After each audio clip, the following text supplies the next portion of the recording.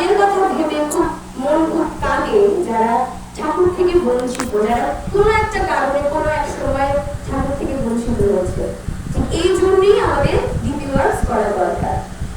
আমরা যারা এখানে প্রত্যেকে আছি, আমরা যদি প্রত্যেকদিন 1টা ঘন্টা করে ডিপি ওয়ার্কস করতে পারি তাহলেই হবে।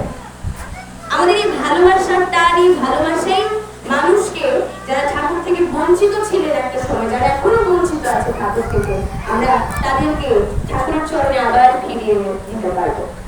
মা মানে তো শক্তি, মা মানে হচ্ছে তেজ। মা কথাটা শুনলে শক্তির কথা মনে পড়ে। মাকে যখন ডাকবে মনে হচ্ছে শক্তির কথা মনে পড়ে আমার, তাই তো? মা মানেই তো শক্তি। আর আচার্যদেব আমাদের সকলের উপরে বিশ্বাস করেছেন, আমরা মায়েরা যারা আছি, তিনি জোর দিয়ে বলেছেন আমাদের মায়েদেরকে ডিপি ওয়ার্কস করার জন্য। আমরা মায়েরা মেয়েরা যারা আছি, আমরা যেন প্রত্যেককে নিয়ে ডিপি ওয়ার্কসে নেবে। এবং যারা ঠাকুর থেকে বঞ্চিত, যারা একটা সময় ঠাকুরের ইষ্টভূতি করতেন, এখন ঠাকুর কোনো একটা কারণে, মনে বিদ্বেষ হোক বা ক্ষোভের কারণে ঠাকুর থেকে বঞ্চিত, তাদেরকে যেন আমরা আবার ঠাকুরের চরণে ফিরিয়ে আনতে পারি। আমরা ঠাকুরের রিপ্রেজেন্টেটিভ বেসিক্যালি, তাই না? আমরা সকলেই ঠাকুরের রিপ্রেজেন্টেটিভ। এবং আমিও প্রথম বিশ্বাস করুন কাউকে চিনতাম না, কিছু জানতাম না। আমার দাদু আমাকে এই সিচুয়েশনে এনে ফেলেছে একদিন, এবং তার থেকেই আমার এই পথ চলা শুরু। এবং আন্টি ওরা যদি না থাকতো আমি কিছুই করতে পারতাম না।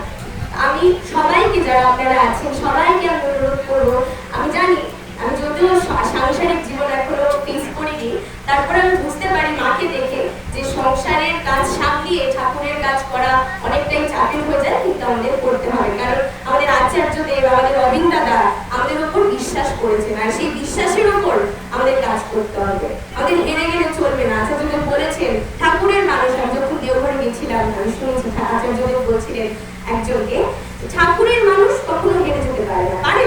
ঠাকুরের মানুষ কখনো হেরে যেতে পারে না। আপনারা সবাই মিলে বলবেন আমার সাথে, আমরা ডিপি ওয়ার্কস করবো তো? সবাই একসাথে করবো তো? ডিপি ওয়ার্কস করবো তো? আমরা সবাই মিলে যেন ডিপি ওয়ার্কসে বেরিয়ে, যারা ঠাকুর থেকে বঞ্চিত, যারা ইষ্টভূতি ছেড়ে দিয়েছেন, যাদের দুঃখ, যাদের আমাদের দরকার, তাদের বাড়িতে যাবো, বাড়ি বাড়ি গিয়ে আমরা ইষ্ট প্রসঙ্গ করবো, ঠাকুরের কথা বলবো, চামড়ি খাবো, তাতেও কোনো ক্ষতি নেই। চামড়ি খাবো, ঠাকুরের কথা বলবো, এবং মোস্ট ইম্পর্টেন্টলি ডিপি ওয়ার্কসটা করবো। ঠিক আছে? বাস এইটুকুই আমার কাছে, আমার রিকোয়েস্ট আপনাদের সকলের কাছে। আমি এসেছিও এই কারণে, আমি সবাইকে, কারণ আমি আপনাদেরকে আবার কখন পাবো আমি সত্যি জানি না, তাই একটা রিকোয়েস্ট করছি। দুর্জয়নগর এলাকাতে অনেকেই আছেন যারা ঠাকুর থেকে বঞ্চিত।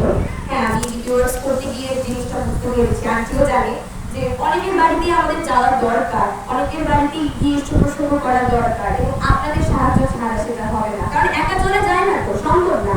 আমরা সবাই মিলে যদি বেরিয়ে ডিপি ওয়ার্কস করি, বাড়ি বাড়ি গিয়ে তাদেরকে বোঝাই কেন ইষ্টভূতি করবো আমরা, কেন ঠাকুরকে করবো। আমার থেকে আপনারা বেশি জানেন, আপনারা সুন্দর বলতে পারেন, আমি জাস্ট একটা মাধ্যম।